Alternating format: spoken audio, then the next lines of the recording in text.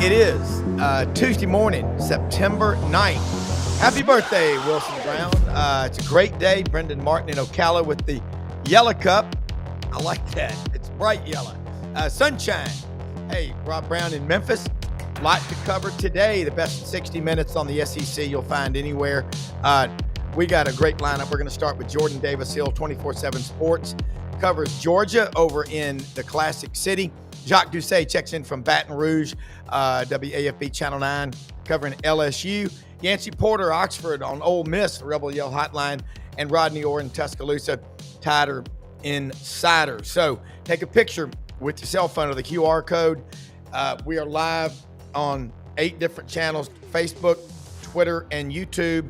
Be a subscriber like Price Morrison, Touchdown Club last night. I was going to start watching the show. A lot of you watching it. We're blessed in more ways than we can count. And we also have the best executive producer that makes this stuff happen. So let's get started with Jordan Davis Hill. A little game this weekend. First couple of games, Georgia has been working on making Georgia better. A lot of people in my hunting club, Tennessee. We got several Georgia fans. And Mark Ham, the biggest Tennessee fan I know, has a daughter, Molly, who's a rising senior at Georgia, and all her friends are coming home to Knoxville. What a weekend it's going to be up on the hill. Tell us about it. And first off, thanks a million for coming on with us. We love it.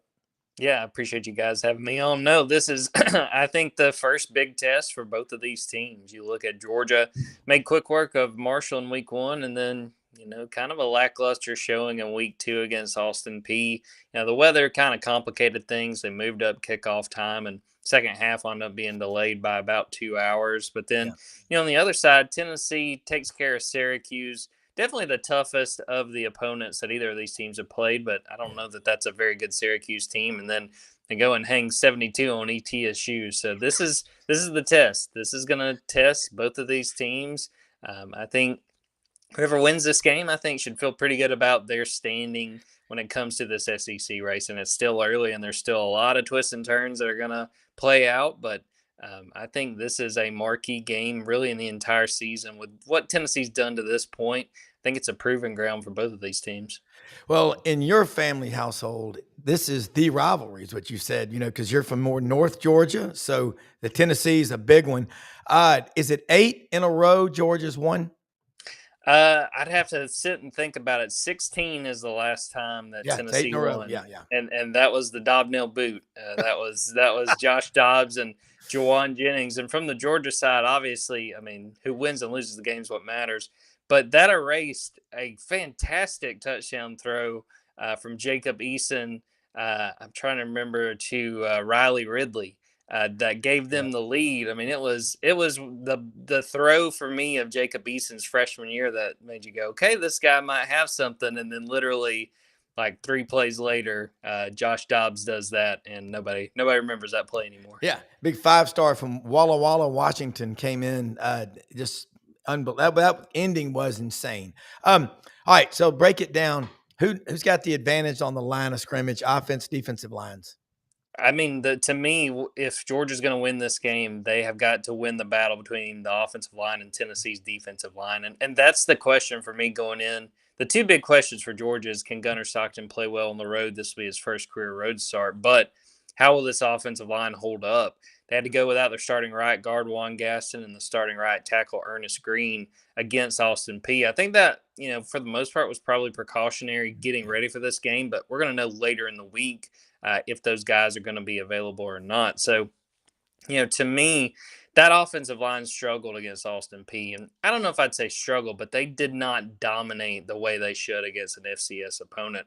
That right side of the line, well, those 2 starters really struggled. They wound up kind of playing musical chairs as that game went on. And then they found some guys, if Ernest Green and if Juan Gaston can't play, that would be the favorites to start in their place. But you look at the Tennessee defensive line, they've had a lot of success getting to the quarterback early in the year. The point I always bring up when Georgia plays Tennessee, Rodney Garner, defensive line coach. Yep. Rob, you know him well. He coached at Georgia for a long time. He coached at Auburn for a long time. This is his second stint at Tennessee. And, he knows how to find talented defensive linemen. He's going to get the most out of that line. To me, it's the Georgia offensive line. If they struggle, if they cannot protect Gunner, and probably more importantly, if they can't run block. I feel like to the biggest positives from Georgia early in the year, one of the big ones is they've run the ball really well, again, against inferior competition. Yeah. So can they do that on the road? Can they open up those holes? If they struggle there, I don't think Georgia leaves Knoxville with a win. All right. So it's been since 2019 that Georgia's had a 1,000-yard rusher. How deep is the running back room? And again, consider the competition. Yeah, I mean, I think right now they probably got about 4 guys that they feel like, especially like in this Tennessee game, that they could rely on and get meaningful carries. Nate Frazier's still your top back. He fumbled early in that Austin Peay game. That's really the biggest setback with him, is that he's had fumble issues in his year plus at Georgia. Chauncey Bowens had a really good game against Austin Peay. The revelation of 2 games has been Dwight Phillips Jr. He is a sophomore, a guy that his dad was an Olympian back, I think that was 2004, and he's got the track speed just like his dad. Maybe not quite as fast as his dad, but he's definitely very fast, and he's shown he's a capable back. He's wearing number 20. He's got me thinking of Thomas Brown out there for Georgia, and he looks the part. He's got great vision. I've been impressed with what he's shown. Behind that, Cass Jones is still your third down back. I think you're going to see him a lot on third down, especially in passing situations. And then the guys behind them are still guys that I don't think we're going to see on Saturday, guys that still have to prove that they can go out there and play winning football in the SEC. Bo Walker, true freshman, didn't really get to see him much in that Austin Peay game. Josh McCray, the Illinois transfer, I still think he's got a ways to go. And then Roderick Robinson, I just don't see him part of this rotation. They probably got 4 backs right now that I think we'll see quite a bit on Tennessee, against Tennessee. I think that they're in good shape with those guys, but they need to rely on those guys. I think you'll see a healthy mix of those guys over the course of that game. And what we've seen so far with Georgia, it's the same thing. They play the full 60. And I love what I saw from Matt Rule. It's all over social media on Twix. Kirby Smart does that. And I cannot say it enough. I mean, listening to Mac Brown talk at the Touchdown Club last night, it's about the games. There's too many people talking about all this other stuff, blocking, tackling, physical defense. That's the hallmark of Georgia. And I think they're licking their chops to get to this game. And I'm hearing it from Tennessee because I got a wife that's a Vol. What do you think happens in this game in a hostile environment? And how good do you think Aguilar is? I think it's going to be a pretty low-scoring game. It definitely needs to be if Georgia's going to have a chance to win. I think if it gets into the 30s, it's not a good formula for Georgia to come out of there with a win. But on the Aguilar part, I liked what I've seen. I didn't get to watch a ton of that Syracuse game just because of it was kicking off right around the time Marshall. We were watching Georgia play Marshall, but thought he had some really good throws. Hit a really nice deep post. I think that wound up being a touchdown against Syracuse. I've been pleasantly surprised, and I think that it's, to me, this is a ton. Josh Heupel deserves a ton of credit here, and I think that you see his background as a quarterback and his ability.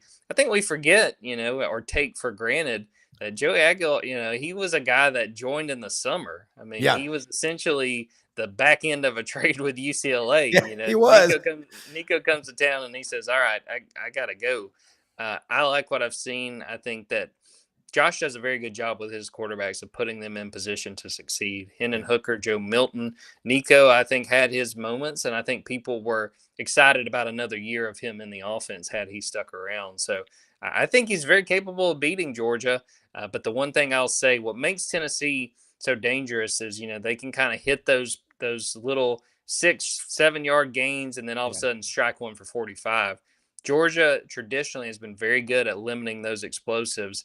That's a big reason why if I had to make a pick right now, I'd pick Georgia, not so much because I have the faith in the Georgia defense. I mean, the offense. I have the faith in the defense. I think they know how to play a Heupel offense and that they can shut those guys down enough to leave Knoxville with a win. And you've talked so much in the summer about the improvements in the receiver room with Noah Thomas and Zachariah Branch from Southern Cal and Thomas from A&M. The thing that caught me in the first game, even though it was Marshall, when you get those yards after contact, or you throw basically almost in the backfield, in those 2 catches for Zachariah Branch in game 1 resulted in about 90 positive yards. Talk about what that does to the rest of the team. I think it really gets them fired up.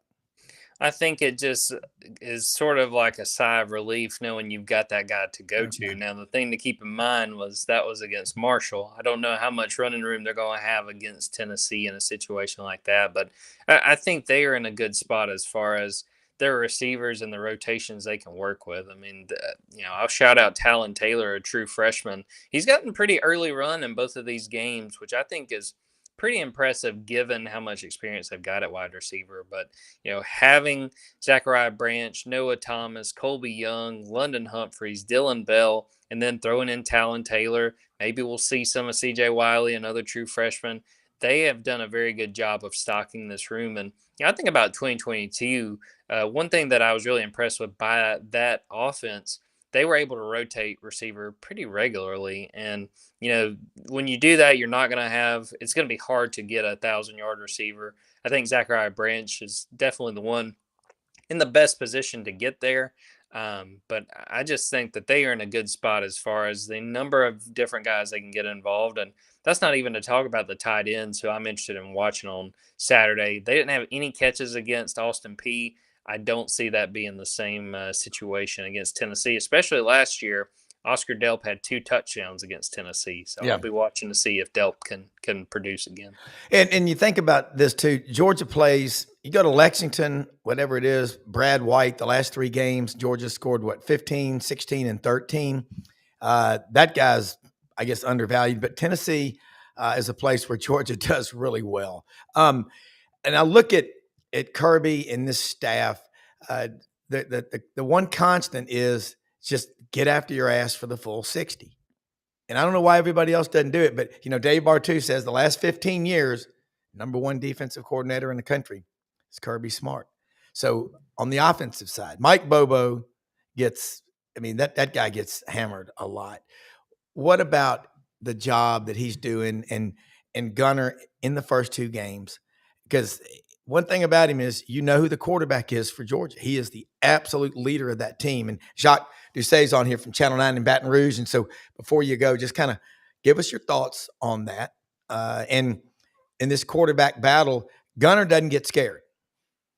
No, I think that this is kind of a proven ground for Gunner Stockton and Mike Bobo alike. I mean, the offense in week 2, I think, was unsatisfactory. They just couldn't create any explosive passes downfield. I think it was a situation where if they started the game kind of just taking what Austin Peay would give them, they played a lot of off man, and I think they said, look, our guys are better than your guys. We'll just throw it out here and let them make a play. But just seemed like Gunner Stockton was hesitant, wasn't willing to try to make some of those deep throws even when they presented themselves. So, I think that Mike Bobo and Gunner Stockton have a lot to prove. I think they're capable, but it's not going to be easy. So we'll see on Saturday. Excited to get over there. Appreciate you guys having me on and excited to get into week 3. All right, let them know how they can follow you. You put out lots of great – you and Jacques are 2 of the most active people on Twix, Twitter, whatever you call it. But, it's like a nonstop newspaper. It's better than a newspaper because it's immediate, but tell them how they can follow you. And as always, thank you so much for your time. You bet. Dogs247.com on Twitter at Jordan Davis Hill, on Twitter at Dogs247. Go follow the Junkyard Dogcast. That's our podcast where we get your podcast. We'll be recording live 12 p.m. Eastern, 11 a.m. Central, wrapping up Austin Peay and turning the attention to Tennessee. So just glad to be back in the SEC week. Those first 2 games, that was kind of an appetizer if you're following Georgia. This is the main course, and this is a big one. It's fun for you because I know so many of your family members are Tennessee fans as well as Georgia. So I think there's going to be some folks that aren't talking to me. Really one way or the other. Sunday there'll probably be some hard feelings, but we'll make it work. All right, thank you. Have a great week. Be careful. All right, see you guys. Jacques Doucet, WAFB Channel 9, 2-time Louisiana Sportscaster of the Year. I'm waiting for number 3, another Emmy. One of the best sets of anybody we have. You and Jordan back to back, I would say, are 2 of the guys that you drill down local. You cannot do better than what you're doing, Jacques. And let's get your thoughts on, first off, thank you so much for sharing your time with us. We were running a few minutes behind. That's my fault. But LSU, Louisiana Tech, they only won 23-0. They won on the road at Clemson. Is this sort of the calm before the storm? Because the Gators, we all know what happened there. They're going to come in matter and a bunch of wet hens. LSU's been getting criticism probably because they didn't score enough. What do you think happens Saturday?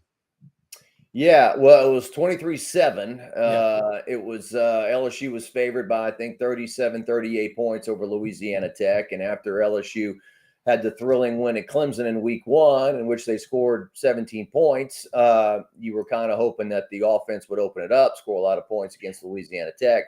That didn't happen. They only scored a couple of touchdowns, and you were thinking, well, the positive will be they pitched a shutout on defense, and then late in the game they had a bust in the secondary, and Louisiana Tech threw a long touchdown. So it was not an exciting game. It was pretty boring. It brought back kind of memories of Les Miles and sometimes how he would win those games in which LSU was a huge favorite. They would just kind of, plod their way through it, not get a chance to play the backups, and then say, oh, well, we won. What are you complaining about? Yeah. So, these days, these games are getting more and more difficult to play. I think that in the old days, you could get away with playing these games. Now, I think fans just are more and more demanding, and they're paying more and more money, and they don't like to see these games even against in-state teams. And look, Louisiana Tech's no pushover. They go to bowl games on a pretty regular basis. They've sent their share of guys to the NFL, and LSU's 2 top coordinators both coached at Louisiana Tech for a long time, and offensive coordinator Joe Sloan and defensive coordinator Blake Baker. So it's not to put down Louisiana Tech, but it was not a exciting evening in Tiger Stadium. And you play those games, and there's kind of a no-win situation. You blow them out, you're supposed to. You don't blow them out. You played poorly. So as your co-host knows, in South Florida, I think is a much better team than Louisiana Tech, but at least LSU didn't lose. And so, Billy Napier has gone from hot seat, pulling himself back from the hot seat, number 13 in the country, to now hearing the rumblings again after getting beat at the gun on a field goal and having one of his players spit on a South Florida guy for a 15-yard on the final drive there. So I think Brian Kelly's right, though. I think LSU will get the best Florida team they can get this weekend, and it'll be a very difficult game for LSU to win. And Garrett Nussmeier, my son Wilson, for 2 years has been telling me, Dad, he's the best quarterback in America. He loves the guy. And he's a coach's son. He's stacking up the starts. I think he'll be a successful quarterback on the next level. What about the running game? And what about Florida will keep you up at night? Well, the LSU rushing attack just has not – well, this past week, they ran for 129 against Louisiana Tech. Now, 48 of that came on a wide receiver play to Xavier Thomas. They gave the ball to him. And, look, it's a rushing play. It counts, but it was 48 yards. And then late in the game in the fourth quarter, Harlan Berry, the true freshman, he got in and had a real exciting zigzag run for 43 yards. So that's 91 of your 129. And, late in the game, LSU's on the 5-yard line. They've still got their first-team offense in. Nussmeier and company, they're trying to punch it in, and they can't punch it in. They're kicking an 18-yard field goal, like with a minute or two left against Louisiana Tech. And so that's not what you're looking for there. So, and their center, LSU center, Braylon Moore, who they picked up from Virginia Tech in the offseason, who I think they thought was going to be a big part of and was a big part of what they're doing. They had a young guy named DJ Chester, still have him. He played center for a big portion of last year. I think he was a little bit in over his head. So they get this guy, this veteran, and he gets hurt on the first play of the game, what they think is a high ankle sprain, maybe not high ankle sprain, doesn't need the tightrope surgery, whatever it is.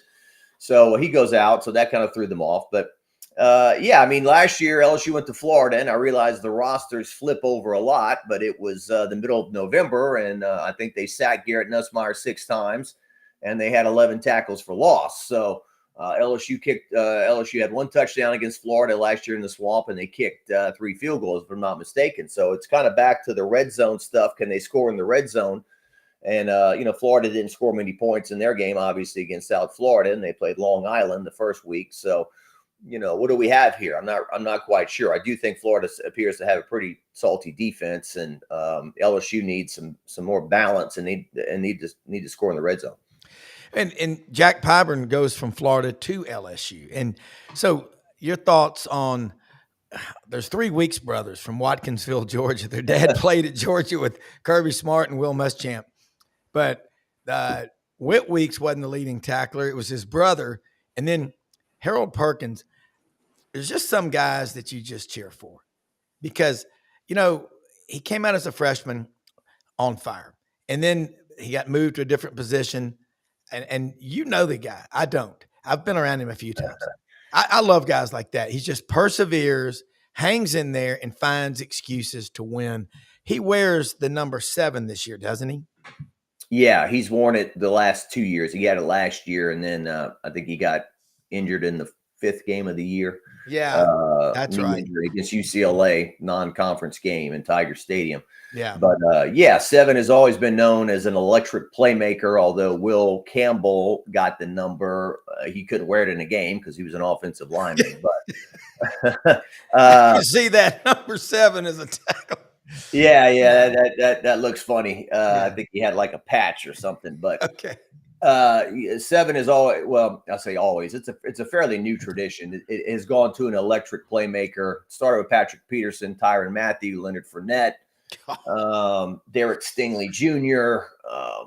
On down the line, and so DJ Chark was a more recent one also. So Harold Perkins had the major knee injury, and he has flown around the field. Looks like they got him in the right spot, and certainly for those who watched the LSU Clemson game, Clemson's last 4th down on offense, Cade Klubnik rolls right, and Harold Perkins feels like he's 50 yards away, and within a blink of an eye, Harold Perkins closes that gap and is drilling Cade Klubnik, who throws it away, and the game's over. So he's just got speed and quickness, and that is pretty, very impressive. Well, he's 6'1", 215. They edge rushers on the matrix. They want him to be 6'4", 6'5". He's just a playmaker. And with Weeks out there, is this the best linebacking core that LSU's had in recent memory? I mean, you're an LSU historian and you speak Cajun French. My dad does. Yeah. Oh yeah. My dad said he went to France one time and they told him, "Oh, you speak that broken up, nasty Cajun French. They won't be able to understand you." And he goes over there and he said they thought I was from Versailles. So that was BS. I can speak French anywhere. Yeah. But no, I have to think back, but certainly defense has not been what LSU's hung their hat on in recent years. I mean, certainly during the Les Miles era, they did 2 of 3 things very well. They played defense and they were able to run the football. But then when it came to, throwing the ball for a large portion of the time, they were stuck in the Stone Ages. And that's what always cost them against Alabama. They'd hold Alabama to 10 or 15 or 20 points, but they couldn't score more than 13, 14. Yeah. So, but now these 2 guys, Whit Weeks, Harold Perkins, the LSU fans, they say they're the best linebacker combo in the country. I'm not familiar with my linebacker combos across the country, but even the 2019 national championship team, I'm trying to think who were the linebackers on that team. That team was predicated on offense, and I think they're the best combo in a long time. And West, as you just mentioned, number 33, he hasn't really gotten his due. People thought he was an okay player because Whit was so good and has this outgoing personality, does interviews and got the blonde hair and all that. Yeah. But West has become a very good football player also. And as far as getting all 3 of them on the field, maybe there's a case in a blowout scenario where they don't burn Zach's red shirt, who's a freshman. Maybe they can get all 3 on the field, get their picture taken. That would be cool. Move on. Well, that's what Whit Weeks said at media days. Somebody asked him about NIL and stuff. He said, "No, sir." He said, "We're talking ball, man." He goes, "We play football." That right there, just endears you to him. All right. So the LSU problems that were there last year, kind of give us a report card up to this point, how much progress they've made fixing. Number 1 was winning week 1.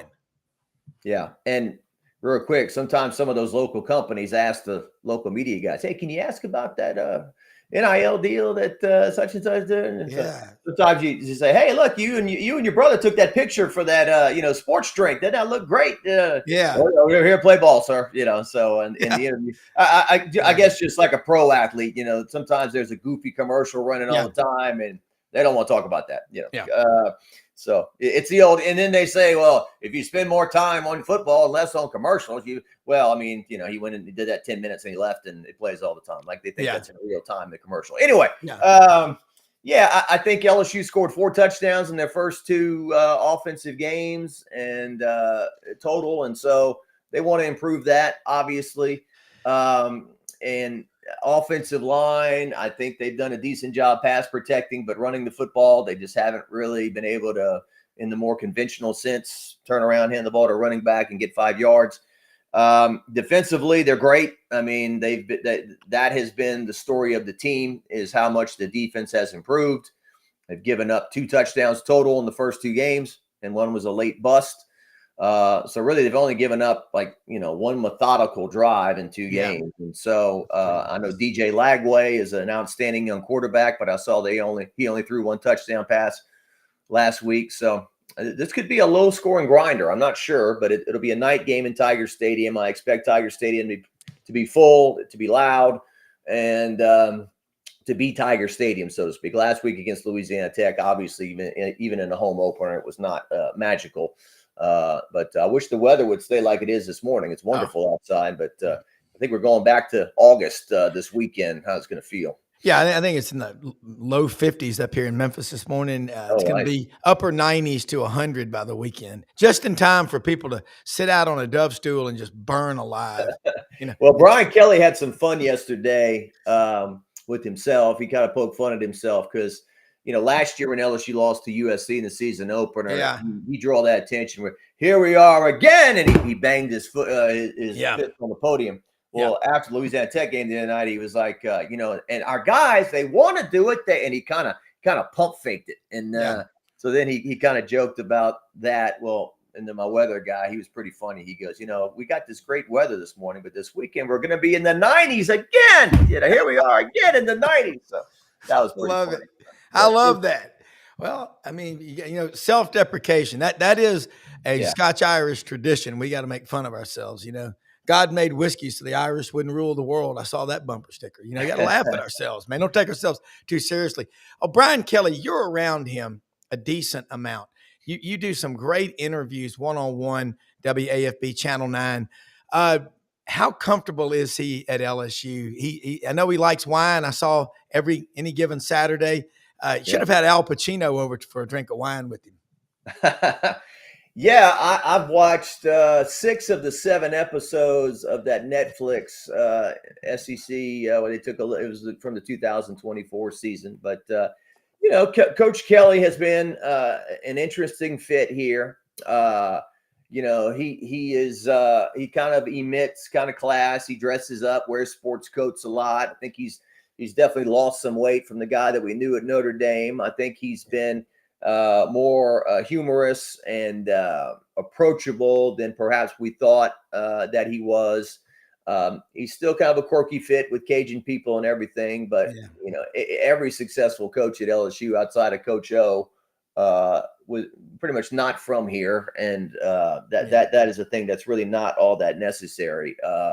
Whether you're talking about Dale Brown from South Dakota or North Dakota, wherever he's from, Skip Burtman from Miami, a Jewish guy coming to Baton Rouge. Nick Saban had guys wearing mock turtlenecks left and right because he started wearing them when he was coaching at LSU. So, I think that Coach Kelly this year, I am sensing a lot more kind of, we need to do it this year from him. There's a lot more kind of urgency, intensity. I kind of always kind of questioned how much urgency and intensity and pressure is on a guy whose contract is 90% guaranteed for 10 years at $10 million a year. I mean, he's going to get his money no matter what. But, he's getting into his 60s now. I think he'd like to coach until what Saban coached to in his early 70s. And certainly he wants a national title at this level. So I know that he senses, look, we invested at least $18 million into this roster. We put a lot of money to get these guys, especially on the defensive side of the ball. We've got to make a playoff this year. Going back to a mid-major bowl like a Music City or a Texas Bowl or a Gator Bowl or all that. That's not going to cut it. So you sense that in the press conferences and whatnot. He did say at his Monday press conference that he was happier with the win over Louisiana Tech than he was right after it happened. He said, we need to change press conferences. We need to have them on Monday night right after the game. And I'm thinking it's kind of like what they used to say about writing letters. Never write an angry letter. Go to bed, sleep on it, and then the next day write the letter. Maybe we should wait a little while. So well, I mean, it's this game's going to be great Saturday down in Baton Rouge. Jacques, tell people how they can follow you, keep up with you, and as always, thank you so much for sharing your time with us. It means the world to our audience and to Brendan and me and everybody in the free world. Oh, no problem. There's my name on the screen. Look me up on X, Twitter, and our WAFB YouTube page. We're uploading content all the time. I got a Jacques Talk today with Gordy Rush, who's been part of the LSU broadcast team for decades, was a player at LSU in the late 80s. We're going to talk some LSU football and get that uploaded probably today.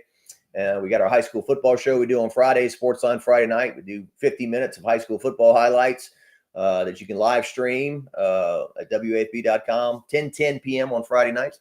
Or you can watch it after the fact on our YouTube page or WAFB.com as well. We cover the Southern Jags, New Orleans Saints, all that stuff. We've got a lot going on here in Baton Rouge. And Nick, look, you cannot beat local, man. You're one of the best. Thank you so much.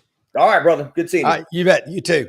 All right, Brendan, I don't know if we want to play those sound bites before Yancy comes on with Mac Brown last night from the Touchdown Club. So you just decide when you want to bring those in because Coach Brown has one of the best speeches I have ever heard. What he talked about his career as a coach and the state of college football right now and things that we can be doing. So great stuff.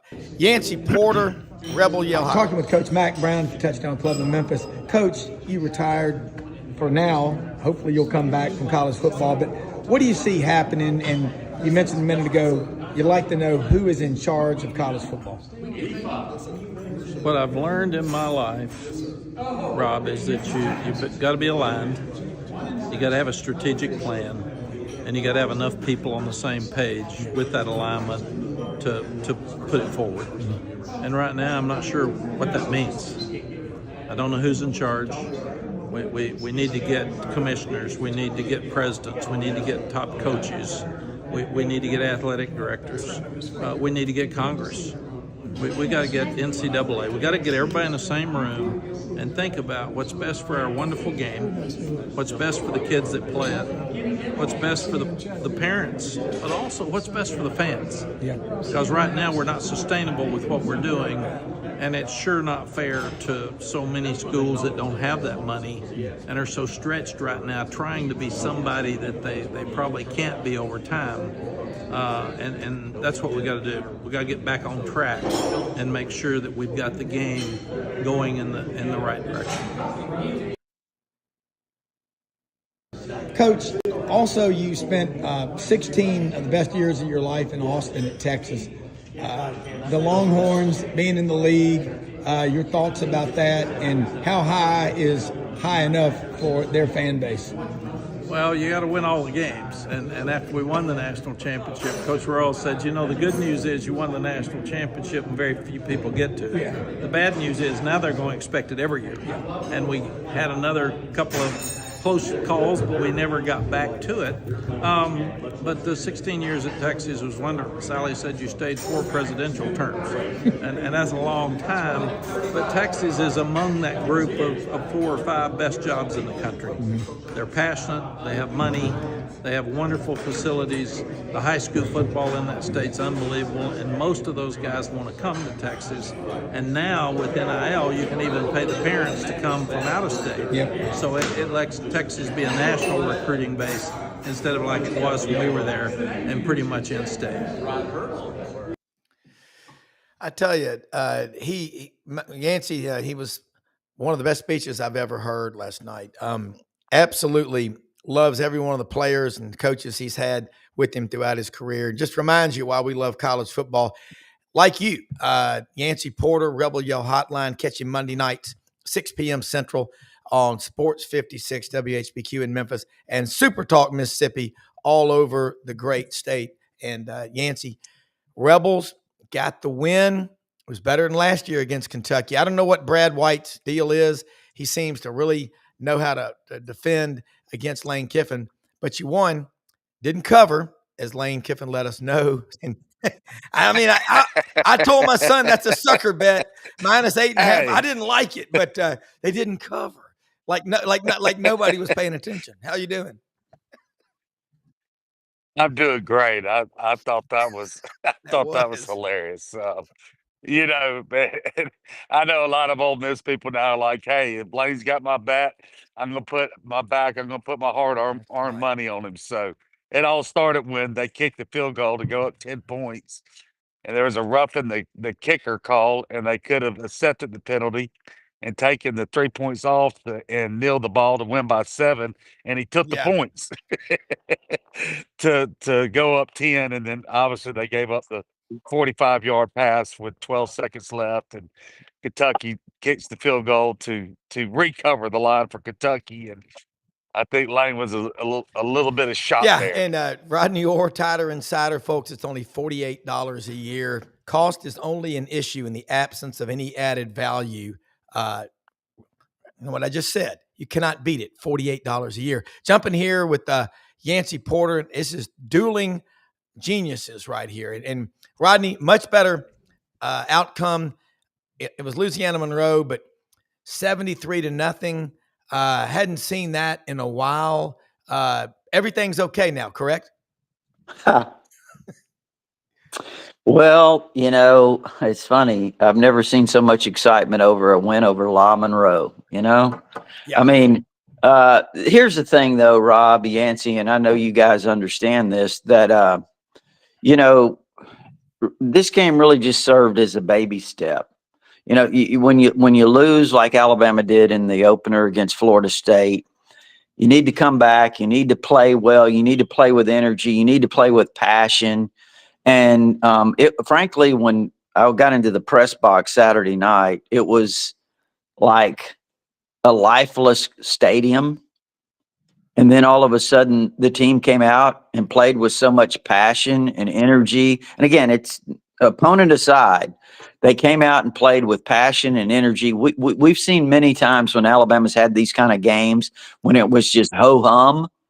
But they came out with what they needed to have and do. And it was a lot of excitement. But at the same time, you know, you have to keep that into perspective. And I think it is a baby step in the right direction. Now they're going to have an opportunity to take another step here against Wisconsin on this Saturday. And then they have the open date. And we'll find out a lot more the following weekend against Georgia. Yeah. And no doubt about it, Yancy, the game with Wisconsin will be big. Ole Miss has got a big one with Arkansas coming in. Now, look, they've played Alabama, A&M, and Arkansas State in the first two games, but Taylon Green's going to present some problems. Your thoughts on this showdown at the Vault Saturday? Yeah, I think it's going to be a much better game than what we saw last year, right? Yeah. You know, Green he'll expose you your defense and any kind of mistakes they made. We saw last week with Ole Miss, the defensive ends were crashing down, not holding outside containment, and that really hurt Ole Miss some there in their fits in the run game. And they're going to have to shore that up, along with Alton Simmons, right? I mean,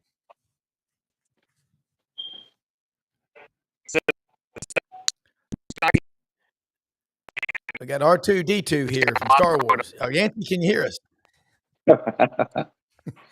Yancy, we've lost you there for a second. You may want to reboot or something so we can hear you, but is it better now? Yeah, he'll come back. I'm anxious to see all these games, Rodney. But going back to Alabama before Yancy rejoins us, coming out and playing the way they did with their hair on fire, obviously the coaches, they're not immune to the comments out there in social media and everywhere like that. But when you watch Yancy, I'll come back to you. I'm going to ask this question to Rodney. When you watch that game Saturday, 73-0, Now you've got Wisconsin coming to town. They'll present challenges. My preseason pick was Georgia versus Alabama for the SEC championship at Mercedes-Benz Stadium. So I have to stick by that. I bet a steamer pack of crystals and a box of fluorescent bulbs and some sponges on that. So I got to. Well, I mean, I think anything can happen. I mean, I do. I believe it's wide open. There's, probably 6 or more teams that could potentially end up in Atlanta. I mean, it would not surprise me. This is good. This is a week to week deal now. There's parity, probably more than ever now, it seems, with the NIL, the portal, all those things have created that. Yeah. So, like I said, I think Rob, it's unpredictable. It really is about how this is going to. You used to have a pretty good idea. Okay, these two teams are going to be in it, but we just don't know. So, with that said, I mean, I just think as far as Alabama goes, you mentioned the Wisconsin game. Yeah. It's interesting. They've really beefed up their defensive line. Rob, in 2 games, they've given up a total of 67 yards rushing. Wisconsin has. They've got 8 sacks. They're playing really well defensively. They've given up 10 points in 2 games.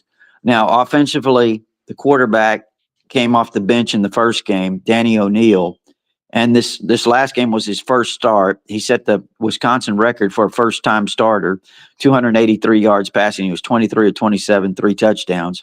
So you never know. I mean, I think that Alabama certainly is not in a position to take anyone for granted, for sure. Yeah, and Yancy, I agree with Rodney. I mean, in this day and age, you better appreciate any win. I did the math, the Gazendas last night. 3,400 plus kids transferred from one school to another from where they were this time last year. Some P4 to P4, some P4 to Group of 5, and some down to Division II, and some from D2 or Group of 5 up to P4. But that's a lot of that's musical chairs, Yancy. Knowing your opponent's not as easy. Knowing the depth chart and the roster and all that kind of stuff. You look at this Ole Miss team. What are they doing right now really well, and what are they not doing well? What are they doing really well? I don't know if there's anything you can say that they're just pinpoint doing really well. Yeah. I think, Simmons is just, it's the growing pains with the Yeah. 19-year-old quarterback. As I said before, he's got a lot of maturing to do. Yeah. Not off the field, just on the field, right? Just getting reps and experience and live bullets. And, I think going through preseason camp where you don't hit the quarterback, it kind of hurts. It kind of hurts when you get in the season with these new quarterbacks. Yeah. It doesn't hurt someone like a Jackson Dart if you got 3 years experience, but it does with the new quarterbacks. But you don't want to risk that injury either. Yeah. I think Lacey is kind of their bell cow right now on offense. He's more dynamic than anybody expected there at running back, the transfer from Missouri. What they're not doing well right now, that again, the young defensive ends is just so much inexperience on this Ole Miss team. You got 2 transfer defensive ends that were just getting their feet wet when they came to Ole Miss, Womack and Princewell from Nebraska and LSU, and they've got to learn how to hold outside containment. Don't bite on the RPO down the middle when the quarterback or running back then sweeps it on the outside. They're diving down the inside, and it's allowing outside containment there on the run. So those are schematic things that they can just continue to work on. I think this Ole Miss team will get better and better as the season progresses. So if you want to get Ole Miss, you need to get them right now. Yeah, repetition is the mother of all skill. Rodney, you look at Ty Simpson in the Florida State game. He was playing through everything. He never stopped.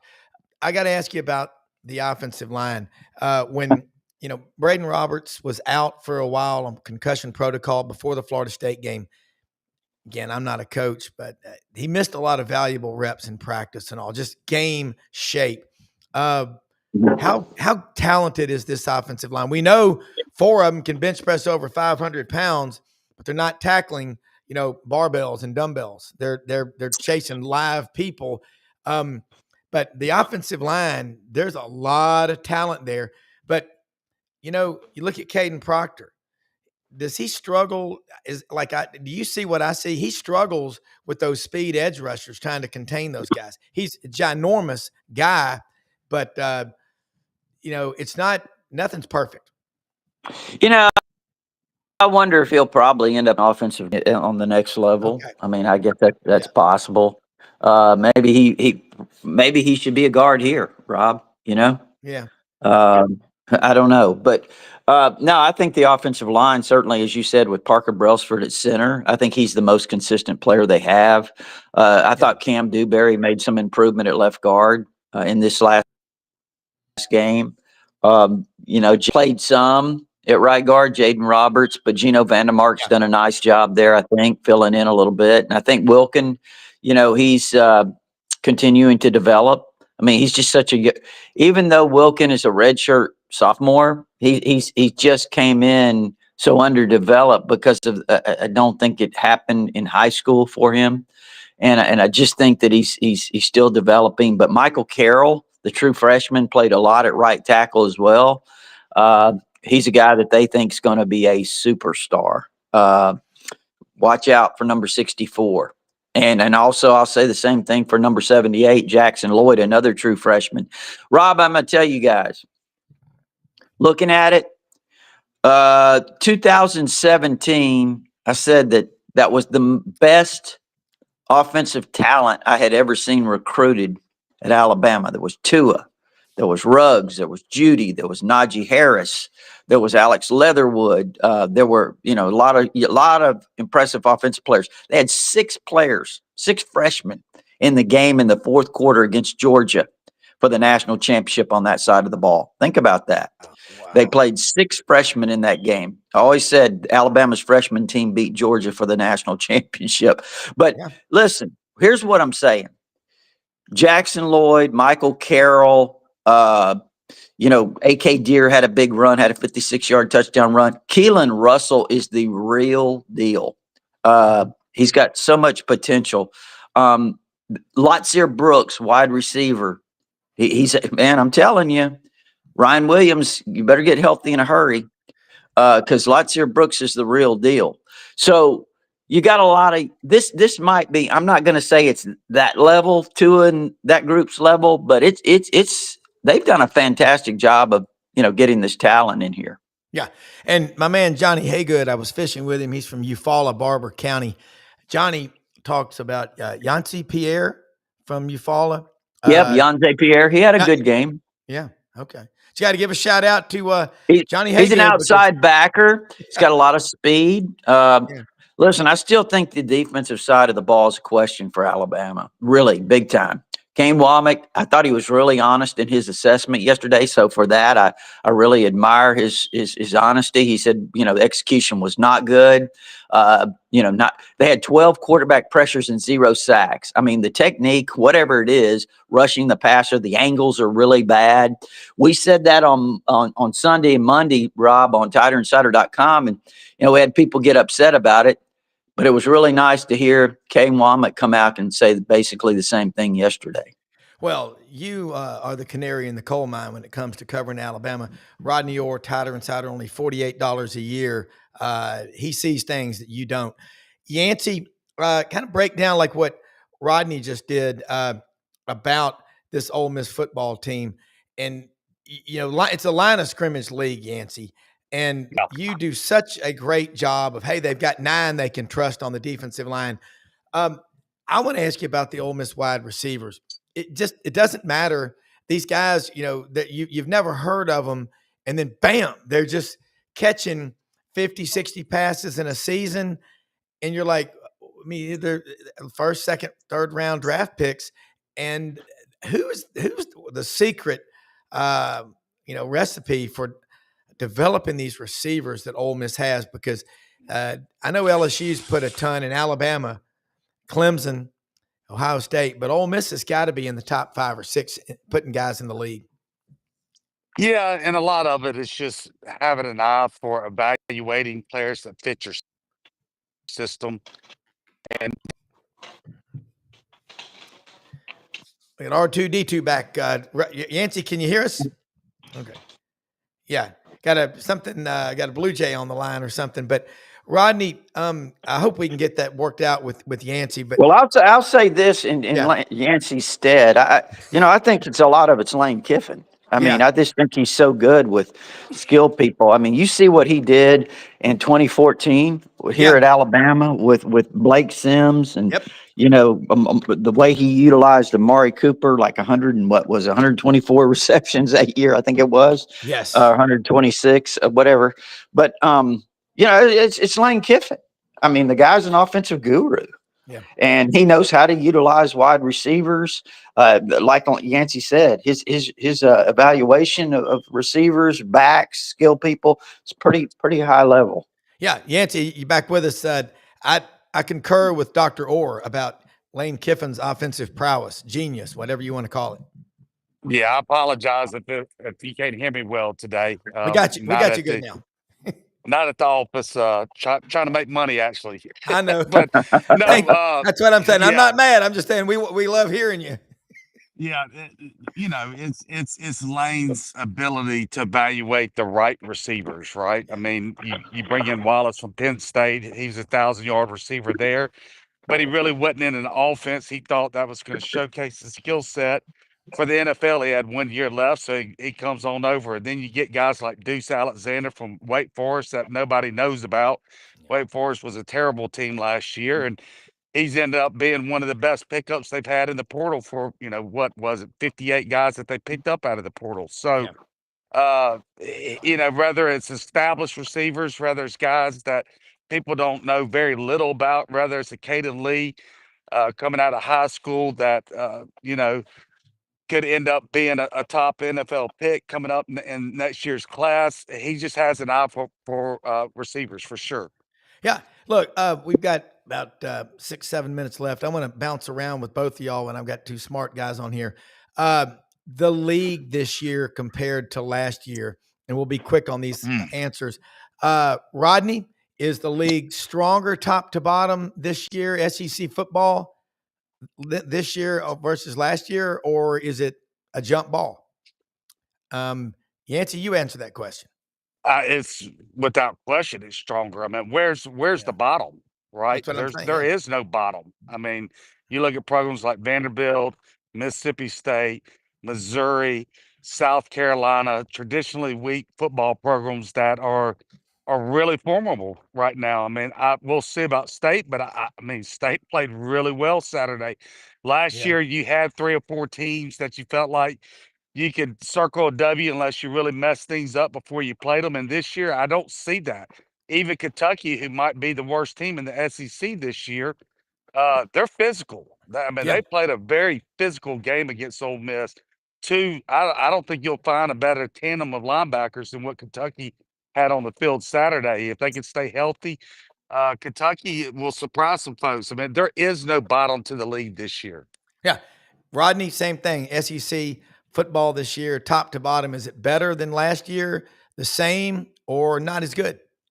Well, like I said, I just think the parity has set in, and kind of like what Yancey was saying. I said 6 teams, 8 teams, whatever the number is. It wouldn't surprise me who ends up in Atlanta. It really wouldn't. I mean, I just think the parity is there, and you have to be ready week to week to week. It's a grind, and that was the one thing last year that we pinpointed about Kalen DeBoer. You asked what did they need to do better? You asked that a couple of weeks ago. Yeah. It's the consistency. It's showing up every single week, ready to play at a high level. Yeah, I mean, showing up early, bringing effort all the time, that doesn't take talent. That's just an inside, the mindset. It's a mindset. Yeah, that's why Saban was so great. He controlled the minds. I mean, he really did. It is. You'll hear coaches sometimes say, people will ask, on game day, you got to be tough. No, that's a Monday through Friday, the haze in the barn. And I'm with both of y'all. I like y'all's answers. It is as wide open as I've ever seen. Hey, we all got $1,000. Guys, I think you could see, I think there's a legitimate chance you can see all 16 teams in a bowl game this year. Now think about that. Yancey, if that happens, will the Beacon reopen? because my buddy bought that property and he's making commercial and residential, so that's not going to All right. happen. But Well, then instead go to our friend, down at Bim Bam on Jackson Avenue there in Oxford and get you some burgers. The Bim Bam breakfast they're serving right now. yeah, Uh, that's where a lot of the big crowd went to. Erica does a great job over there. Erica does, and I know her mom. She made me that SEC map behind me. I feel like the weatherman. I was looking over my shoulder. All right, both of y'all, before you go, Rodney, tell people anything that they're not talking about that you're talking about on your message boards, your forums, and Tider Insider. And as always, thank you so much for sharing your time with us. Yeah, no, like I said, I think the one thing is, Rob, is not only playing with consistency, but, this is a big game this week, and it's an opportunity for Alabama to take that next step and set themselves up for the open week and then get into SEC play with Georgia. All right. Yancy, same thing. Yeah, I mean, it's all about Simmons settling down at home this week, not getting off to the rough starts. We're on 2 picks in the first quarter of each of his first 2 games of his career. So just getting off to a good start with Simmons, I think that will tell the tale of the ball game. Man, it is going to be rocking. I mean, on Wisconsin coming down to Tuscaloosa. It's going to be about 120 degrees in the shade. So Southern football at its best. Both of y'all, we'll see you again next week. Have a blessed day. Appreciate it, Rob. You bet. Y'all too. All right, let me say something. We're blessed to have a lot of people watching this show, and thank you more than you know. Share it with your friends. I cannot say enough good things about executive producer Brendan Martin. You have no idea what he does behind the scenes to make this happen. Hey, Pro Athletes Hemp Association, Lights Out Sleep Gummies. 25% off. Use code SIDELINES at checkout, okay? They've also got pain lotions, the eucalyptus, if you've got joint pain or whatever. They work with NFL players. Mike Singletary was the first guy to try these gummies out, and he said they worked. I'm not going to argue with Mike Singletary. Neither is Brendan, nor will Buddy. Order those things. Let them know. They've got the chill, energy, and sleep for night. They work. I promise you. I use them. They work. All right. Also, the great folks at Landers Ford, $500 off for SEC Sidelines audience members. Last night at the Touchdown Club, Kent Ritchie, the whole crew were there. Brad Bellamy, the general manager. They are just great people to work with. There are some corporations, some big businesses in the communities that don't do anything. Landers does everything. They are involved. So many high schools like CBHS, Collierville, Houston High School. Their name is everywhere. They're one of the top 5 in the nation in the sales of expeditions. They've got the Broncos, the Ford Escape sedans, and a service department open 7 a.m. to 7 p.m. Monday through Saturday. They'll pick you up, provide round-trip transportation. Ask for Brad Bellamy, the GM. Make it simple. He'll walk you through the process. Nobody will fight harder to get you behind the wheel. If you didn't buy your last vehicle from Landers, you probably paid too much. They ain't kidding. And Hewlett and Dunn, man, I stopped by there yesterday to go see Raven and Charles and Lydia and JM. They've got boxes coming in. They got these new jackets from Pendleton. Wow, do they look good. And they've got women's. They got some stuff that Ariat has. And Audrey got her a nice, good-looking new jacket there. They've got boots, over 7,000 pairs. Filson luggage, Duckhead. The Barber stuff is coming in. They got a 50% off rack inside and outside. They got a Barber proper sweater, as Nigel would call it. Good looking at 50% off. And the leather belts they've got made by the Amish, you cannot get any better. And look, how you fight is how you live. Rumble Boxing, Union and McLean, Midtown Memphis, open every day of the week. 48 boxing bags and the weights, instructors that are elite in what they do. Hey, uses both sides of your brain. Rumble Boxing. To all of our sponsors, we're blessed, and we're working on more. If you want to be a sponsor, contact us. We'd love to have you. We have a growing audience. And look, tonight, Tuesday night, I'll be on with Lauren Meadows, the Lowdown with Lauren Meadows on this channel. There's a lot of content all the time on this channel. Hey, most often we see the face of Christ, at least among us. Go out and help people. Have a blessed day. Share the show. Thanks for watching.